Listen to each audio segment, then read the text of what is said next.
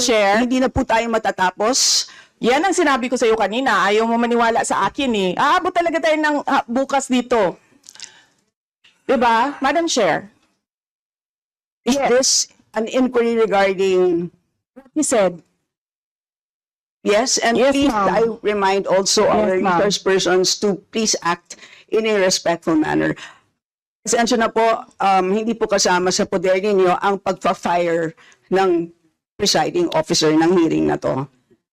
So yes, you need to so proceed if po. you allow members of the House of Representatives lines like what you just said, like pusit,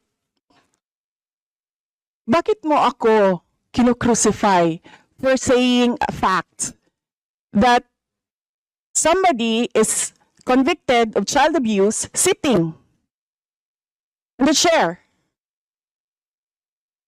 Pusit, and then